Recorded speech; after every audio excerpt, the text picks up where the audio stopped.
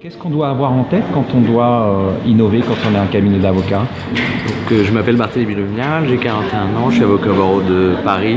Je suis le candidat aux élections du Conseil de l'Ordre avec l'investiture de l'ACE en binôme avec Caroline de Puységur. À côté de mon cabinet, Valmy Avocat, j'ai souhaité réentreprendre en créant une start-up dans la blockchain qui s'appelle Hippocamp, IPCamp, votre camp de propriété intellectuelle, et qui se propose de devenir la Banque mondiale de la propriété intellectuelle.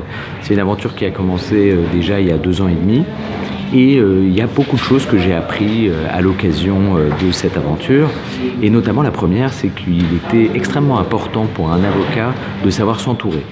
Car autant nous sommes des experts métiers, nous avons une connaissance pratique du droit, de la conformité juridique des projets d'innovation qui peuvent être montés.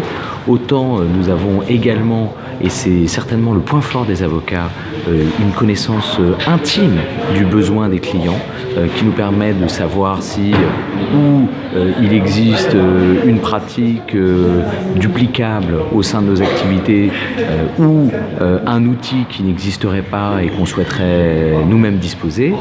Et autant nous avons besoin aussi d'autres compétences, car après la réalisation du projet, après la mise en œuvre du site internet, après la construction de l'outil technologique qui se fait avec des développeurs spécialisés, en réalité, le chemin est encore très long.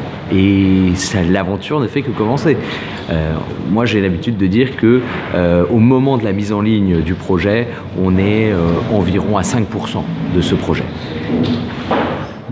Quelques conseils pratiques. D'abord, la finalisation donc, de ce projet et sa mise en ligne n'est que le début. Donc il faut faire attention au nombre de points qui sont donnés aux développeurs. En général, en pratique, on n'est pas à plus de 10 ou 15 points. Deuxième sujet pratique, la levée de fonds. Il faut pouvoir lever assez rapidement pour pouvoir développer l'activité et défendre commercialement son projet. Et là, il faut faire attention à 2 points pour les investisseurs.